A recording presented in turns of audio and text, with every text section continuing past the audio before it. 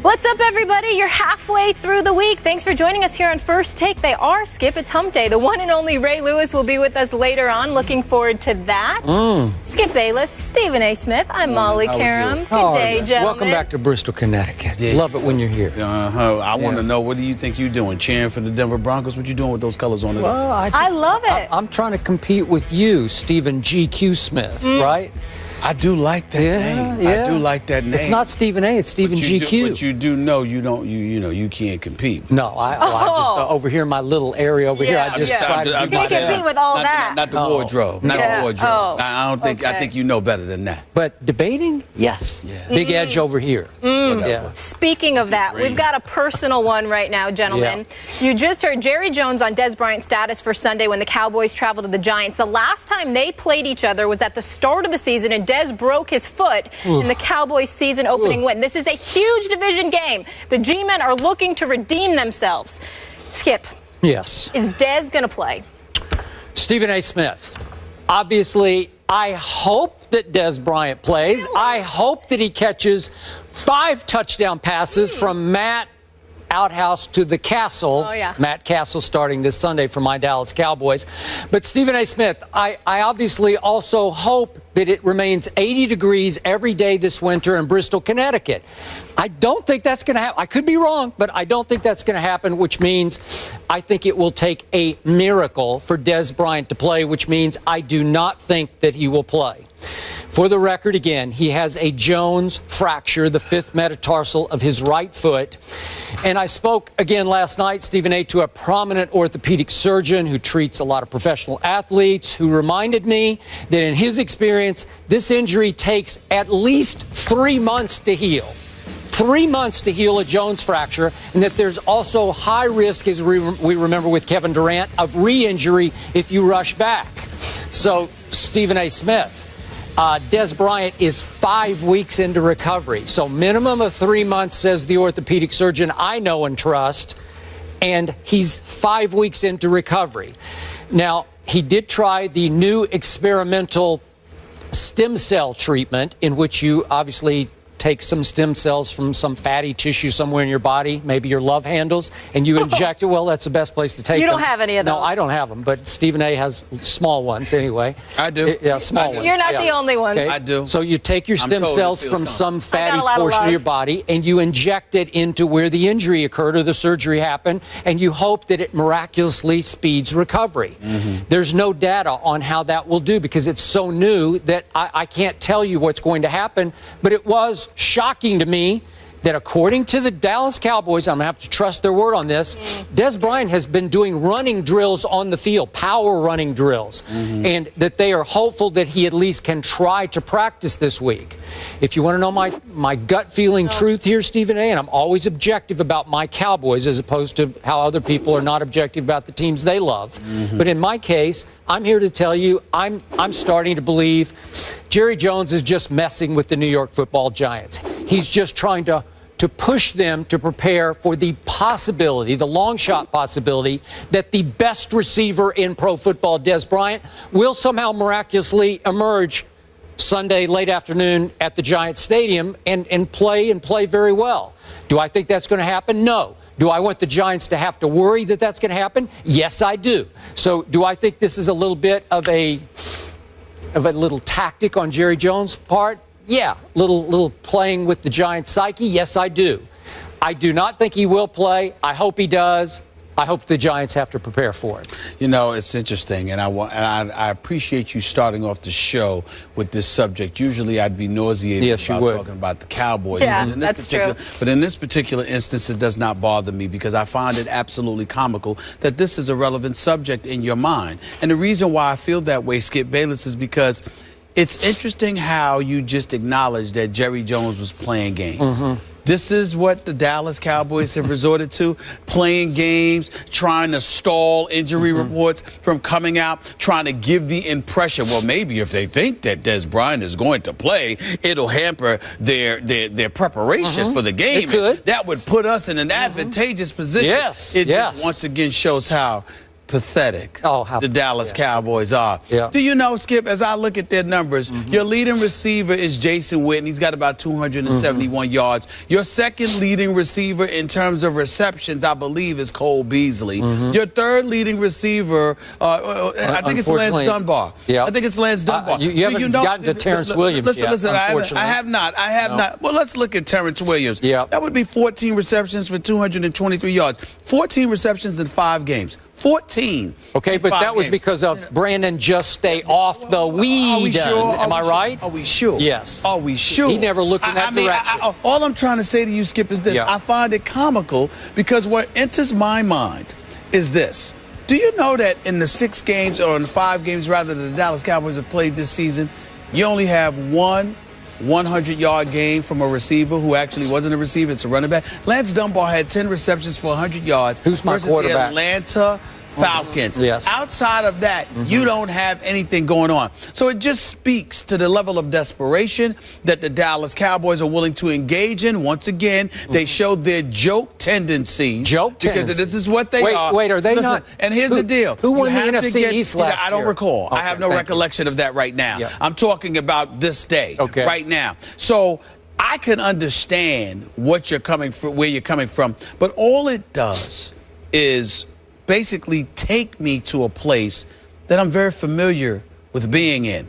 And that is in looking at the Dallas Cowboys and laughing at how pathetic they can be. Because it's, once again, let me get into all kind of machinations. Let me make sure we engage in trickery. Let's fool folks. Let's delay the injury report. Let's give the impression to the local media that Des Bryant is going to be ready. Let's sit up there and elevate the level of hope for Cowboy Nation, the pathetic fan base that you're a part of. When we sit up here and the ones talk who drive your radio show, those? Listen, excuse me. Actually, they don't. They don't. See, I don't need the Cowboys to get ratings for my show. I can promise you that I don't need them. Listen, don't call me. Cowboy Nation, turn it off. Let's not talk about the Cowboys. Turn that dial. Stephen, hold on. Yeah. Stephen A. Smith Show, Sirius XM, Mad Dog Sports Radio, Channel 82, International, 1 to 3 p.m. every weekday Eastern Standard Time. Ratings Let me tell you something right now. They did not plunge. They did not plunge because the Dallas Cowboys, I don't need Dallas Cowboys Nation. I can't stand Dallas Cowboy Nation. A matter of fact, that's the only bad part about my radio show. And I find myself calling people Skip. It's this dude Rick from DC. I call him Skip because of all of these Cowboy fans that call up living in something other than reality. Once again,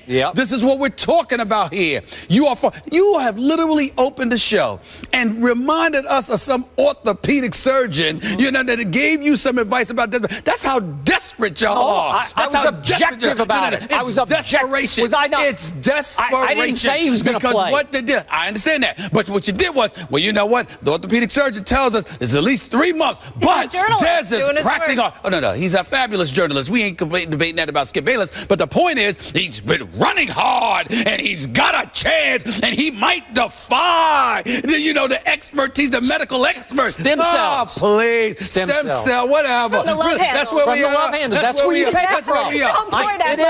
That's where you take them from. That's where we are. That's the truth. Are we going to invite politics into the situation? Are we going to get our 43rd President George W. Bush talking about stem cell research? There's a fly in your ointment. Are we going to be talking about all of this stuff? I mean, stop it, please. Don't get me started. Stem cell. That's what we've resorted to. The Dallas Cowboys have us talking about stem cells. That's where we've regressed to. That's how desperate y'all are to be relevant again. I'll catch that fly. There's a fly on your argument. That's it's on your argument, right? The fly is flying with my argument. That's why it's coming towards you and irritating you. Wasn't bothering me. Wasn't bothering me because he knows the fly knows I'm telling the truth. But over here, I'm just fly. That's all I am. It's just fly. You know what? The orange and blue does look kind of nice on you. You came around. It does. And I'm proud that you know that lingo, fly. Using that verbiage. I'm very proud, Skip. I'm wearing off for you. I'm wearing off for you. So we took the noun and made it an adjective. That's right. That's right. All right, is that all you got? That's all I got. I don't need anything else. You realize. I don't need anything else. who used to be my quarterback, was the guy who admitted just 2 weeks ago, Brandon, just stay off the weed and that he's been unlucky his whole life. He admitted that Norv Turner, his first coach in the National Football League, told him, Brandon, I don't know what you did to people in your former life, but you've just been the unluckiest player I've ever coached.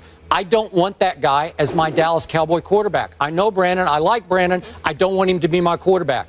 Matt Castle is a professional quarterback with a proven track record. He's thrown 96 touchdown passes in this league to only 70 interceptions. And he helped step in for Tom Brady and lead the Patriots to an 11-5 record. And then he went to Kansas City and he led them to an 11-5 record. As Jerry Jones astutely pointed out the other day, Matt Castle will have the nerve to step up in the pocket and take some good risks, not crazy risks, some careful risks, if that's not an oxymoron. So he will step up and try to throw the ball downfield to maybe Terrence Williams. Maybe he's going to catch 3 or 4 big balls in this game. My defense, I love. My offense, I'm starting to get back on the bandwagon of. And again, is it a long shot possibility that Dez steps out on the field just to inspire his teammates? It's possible. So I'm going to cling to the hope. So now we're talking about Dez Bryant being the modern day football version of Willis Reed. Thank you. That's what I thought of that, but I didn't think you'd want me to go there. Unbelievable. But it's possible. The level of this isn't exactly the NBA Finals. You're embarrassing yourself with how far you're reaching for your capital. And by the way, let's analyze. Let's rewind for a second. Yeah. When Tony Romo went down after Hicks rammed him into the ground in Game 2 against the Philadelphia Eagles, it was a legitimate shot to me, as far as I can tell. That's my recollection of it. Here's the deal. The next game, when they played the Atlanta Falcons, weren't the Dallas Cowboys up 14-0? 28-17. 28-17 at halftime. Is it Brandon Whedon's fault that Devontae Freeman rushed for 141 yards and 30 carries? Was it Brandon Whedon's fault that Julio Jones was targeted 20 times, had 12 receptions for 164 yards? I don't think Brandon Whedon had anything to do. No pass rush. I had no Rolando McClain. Hold on. I don't recall that being Brandon Whedon's fault. In the loss against New Orleans, didn't they go into overtime? And didn't the defense have a miscue? And wasn't that Jason Garrett's fault or one of the rookie players that they had inserted in once one of their linebackers went down due to injury? We were down to the third string linebacker. That's right. Exactly. So that had nothing to do with Brandon Whedon, but the resident Cowboy hater, as they love to say, I am the one that has to come to the defense of Brandon Whedon. He didn't do anything wrong. He didn't do much right either. Excuse me. They had leads. That defense that you bragged about, led by Rod Marinelli, they didn't come through. There's no argument there. Okay. So why are you pointing the finger at Brandon Whedon score in the second half against the Atlanta Falcons? He had 28 in the first half, not much, like 0. That's right. That's all I need to know. All right. Next question. Thank you very much. I got you. You can say Matt that. Castle, from the outhouse to the castle. Here we come. Your defense had a lead and lost it. How nervous are you about this Sunday at the Giants? I was nervous last Sunday. Molly says not nervous on the record, yes? Monday, excuse me. Stephen A. Smith, a little nervous. Willis Reed imitators don't play in football. It won't work. Yep. It's a foot Here comes injury. Des Reed. All I got to do is step on his foot when all else fails. Referee won't even see that. Here we go. We're not going to see anyone You're going to need that. Throwing up the X this week, we don't think, or the salsa, for that matter. Maybe not. Are you going to do the salsa too? Work those hips? Yeah, go ahead and laugh. You might see that. You might see that in the end zone Sunday. Moving on to another team that's dying for a championship, also knows a lot about injuries. Will the Cavs get revenge for last season's NBA Finals? In a poll of NBA GMs that is currently up on NBA